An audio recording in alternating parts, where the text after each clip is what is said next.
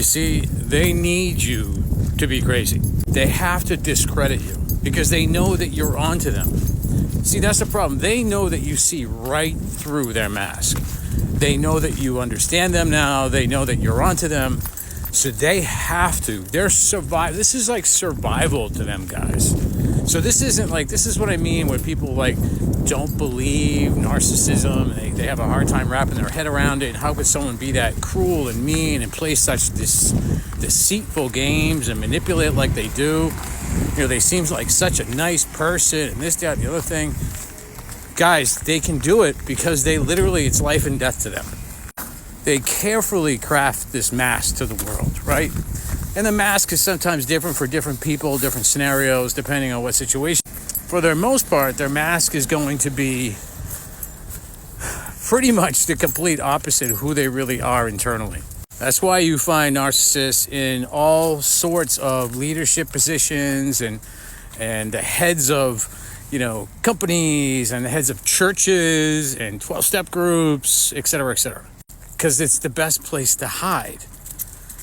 And again, people think that we sound crazy, us people who have experienced narcissistic abuse and narcissistic betrayal.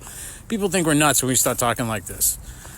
And you feel nuts when you start talking like this because you know that no one's going to believe you, right? It's just like those nightmares I had when I was a kid, when I would try to scream and nothing would come out. No one believes you when you talk about this stuff, right?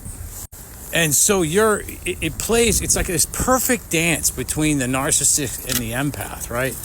And it plays in their favor a good amount of the time. Because you're so dysregulated, right? You're so bamboozled. Energetically, you know that you're getting screwed with, right? You know that what the deal is with this person. But putting it into words is so difficult at times, right? Especially when you're emotionally charged up and like you're in full-on fight or flight and defending yourself.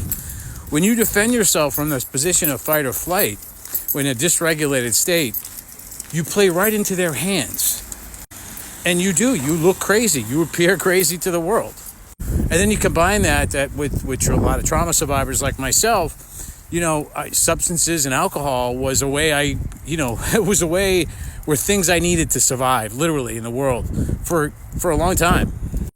And so that's just another thing that the narcissist can use in their favor. Oh, he's mentally unwell. She's an addict. She's got mental issues. All these labels that in some instances are true. I did have mental issues, right? I was completely dysregulated. I was in a fight or flight, right? I did use substances, right? So it's these plausible truths. But I am not mentally unstable and I see things correctly and I'm feeling things correctly. I'm just so dysregulated that putting it into words and trying to explain it to the world is close to impossible in that state of mind. But when we can regulate our nervous systems and then start to talk about this clearly, concisely, without being charged emotionally, without feeling like our life depends on it, well, suddenly we can start to put it into words in a reasonable way that people can understand. That's the narcissist's biggest nightmare. That's the biggest fear they have is one of their victims actually gets better, heals themselves, and then heals out loud.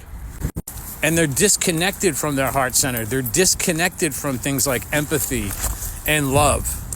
And so they can easily put on the show for the outside world. It's amazing.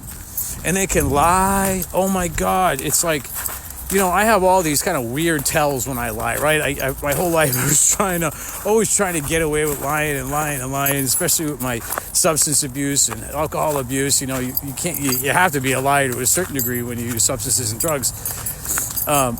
And I struggle with it. These people, oh my God, they're masters because everything is an act to them. Every single thing is not coming from any kind of sincere, real place.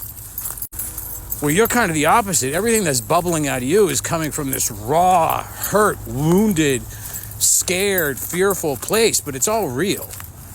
Anyway, my name is Greg. I'm a trauma, CPTSD survivor, and neurodivergent. If you resonate, hit the buttons, like and follow for more.